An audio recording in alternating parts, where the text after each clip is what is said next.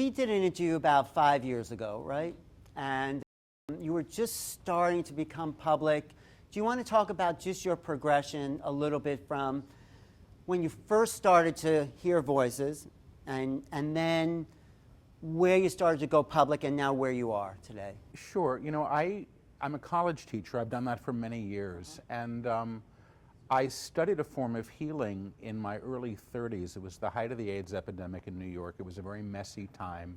And I had just sort of gone from this place of atheism into a place of believing that perhaps there was something much more. I'd had an experience of energy that was fairly distinct, that left me seeing lights around people. So I studied healing as a way to get context for that. And then when I was working as a healer, sort of quietly, you know, when I wasn't teaching college or writing plays, which was my work then, I was developing. So when I had my hands on people, I found that I began to hear things for them, which was the beginning of clairaudience.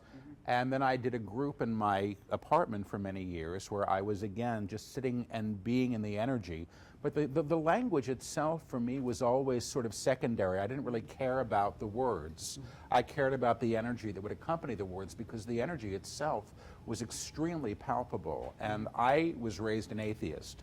So I needed to either, you know, feel it, see it, hear it. I needed to have something experiential. And I could feel that energy. And that was the beginning of my channel groups. But I kept it very, very under the radar intentionally until my guides dictated their first book through me, which took about 2 weeks. It was called I Am the Word, which was the unedited transcript of, you know, I guess 2.5 weeks of sittings. And then I became public, and that's when we met, right after the first book came out. And I helped you You come did. into New York. You really did, and I was horrified at every step of the way. You know, I've had to do this sort of kicking and screaming. I know you have, and are you used to it now? You know, I'm used to it now. I'm still not always comprehending it, you know, on many levels. It's not your job to comprehend, right? No, it's not. It's my job to show up and to be present and to allow what works through me to work through me or with me. And I progress as well, so I'm benefiting from this in many ways. Paul used to say, if I don't hear anything, I'll buy everyone pizza, you know, when we have a room full of people.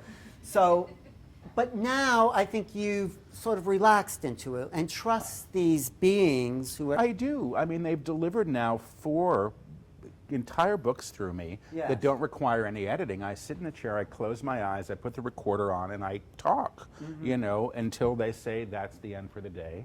And then the things get typed up, and then, you know, thankfully Torture Penguin continues to publish the manuscript. So they haven't let me down yet, and I show up a lot. You know, my job has really been to show up and to be willing to show up.